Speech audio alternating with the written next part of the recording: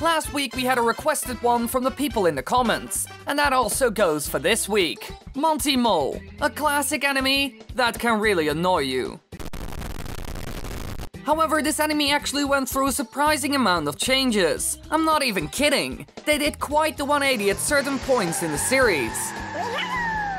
So let's have a look how this enemy changed in terms of gameplay, use, story, and design.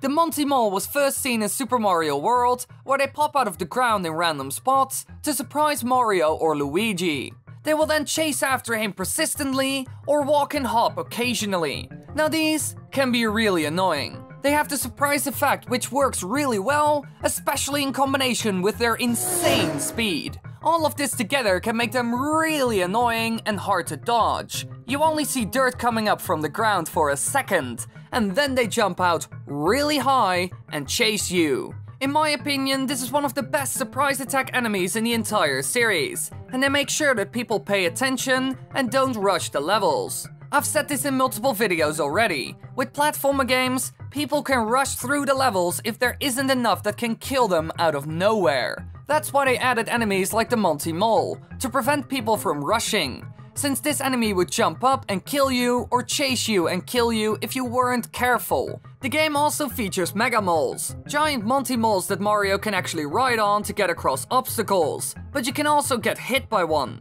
So this version of the enemy is used for something completely different.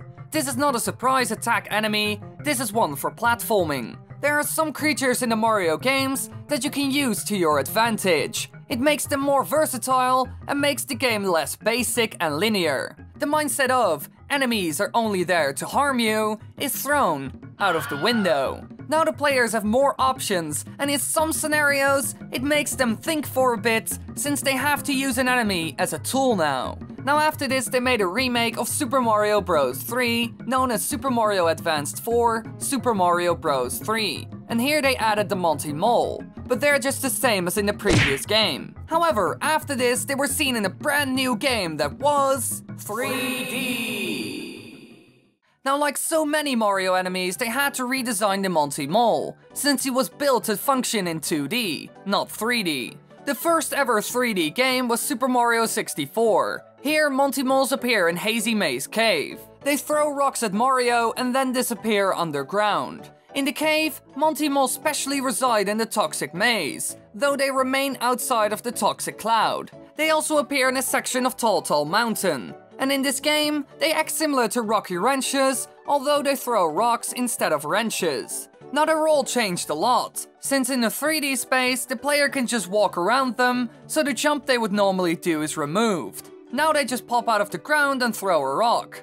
So they also don't chase Mario anymore, while that would still work in 3D. So they actually chose to turn them into ranged enemies instead, which works fine. However, they kind of lost the stealth aspect. You can see the holes on the ground, so it's not really a surprise if they pop out. But there are multiple holes, so you don't know which one it's going to be. This makes it a bit harder to kill them, since they can go under again and come out of a different hole to attack. A bit like Whack-A-Mole. But still, it worked in 3D and the Monty Mole was a success. However, in the next game, Super Mario Sunshine, they changed everything yet again. They did a full 180. Two Monty Moles appear in the game, in Piña Park and Noki Bay. They are at the helm of large red domed cannons firing bullet bills at Mario. And when he approaches the moles, they stop firing and toss bombs at him. They can be disabled using Flute, and tossing a bomb at the moles 3 times defeats them. The only physical difference between the Monty Moles in this game and the other installments is the thinner, lankier arms. The manning of war machinery may be a throwback to Rocky Wrenches, who manned all the machines in Super Mario Bros. 3.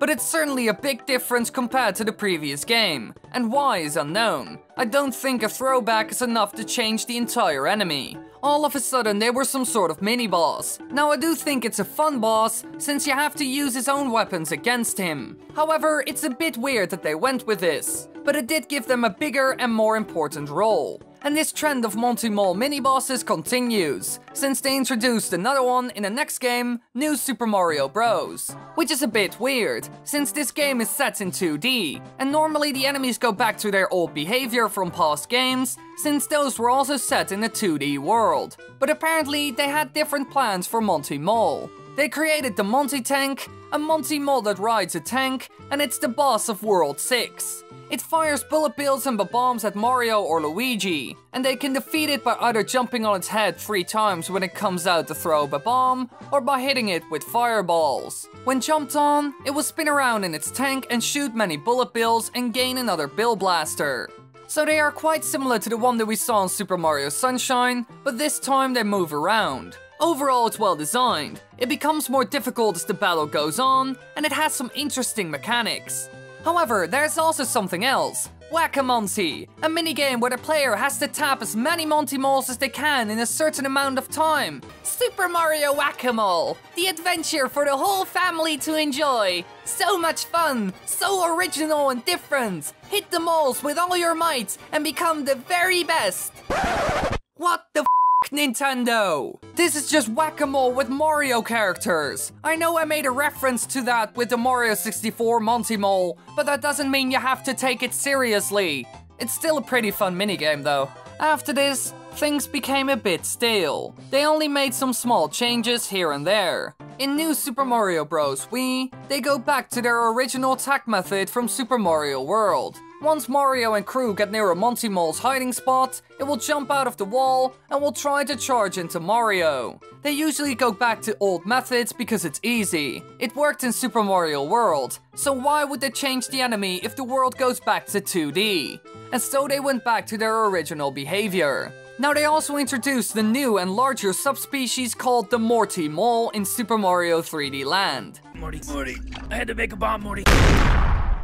They appear in a few cave levels such as 7-4 and must be stomped twice to be defeated. They're a bit like the Mega Moles, but tougher. After this, it kind of ended. The Monty Moles were seen in a ton of spin-off games, of course, but nothing very special. And in the main series, nothing was really changed. But as you can see, it all came around full circle for the Monty Moles. They started in Super Mario World with certain behavior and tactics, and ended up going back to that in the recent games. And in between, they did a whole bunch of weird things with them.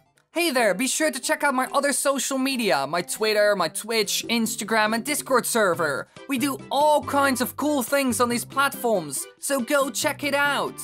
Thanks for watching everybody, I hope you enjoyed. If you want to watch more videos, click the annotations on the screen right now. And be sure to hit that subscribe button, since we're close to 100k. And maybe we can make it before my birthday, which is June 17, so click it.